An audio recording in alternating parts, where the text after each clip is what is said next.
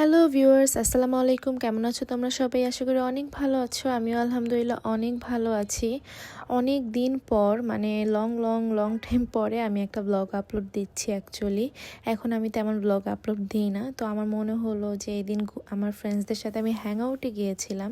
Hang out বলতে মূলত আমার ফ্রেন্ডের বার্থডে ছিল, সেটা সেলিব্রেট করতেই আমরা আসলে মিরপুর যাচ্ছিলাম।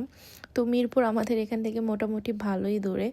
তো আমরা মিরপুরের নোংর রেস্টুরেন্টে যাওয়ার জন্য আসলে প্ল্যান করেছিলাম অ্যান্ড আমরা ওইখানেই গিয়েছি।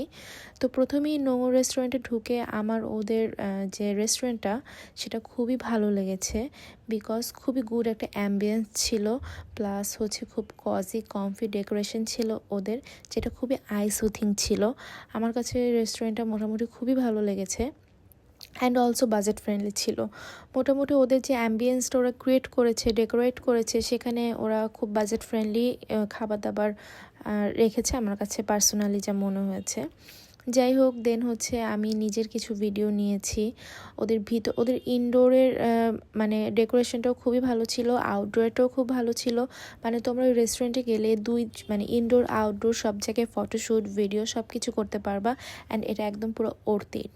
দেন হচ্ছে আমরা ওয়েট করছিলাম আমার ফ্রেন্ডদের জন্য, তো ওরাও চলে এসেছে। দেন হচ্ছে আমরা রুফটপে গিয়েছিলাম, মানে ওদের যে আউটডোর সেখানে গিয়েছিলাম। রেস্টুরেন্টটা পুরোটাই রুফটপ, আমরা আউটডোরে গিয়েছিলাম। তো ওদের আউটডোরটাও অনেক সুন্দর ছিল, সব কিছু অনেক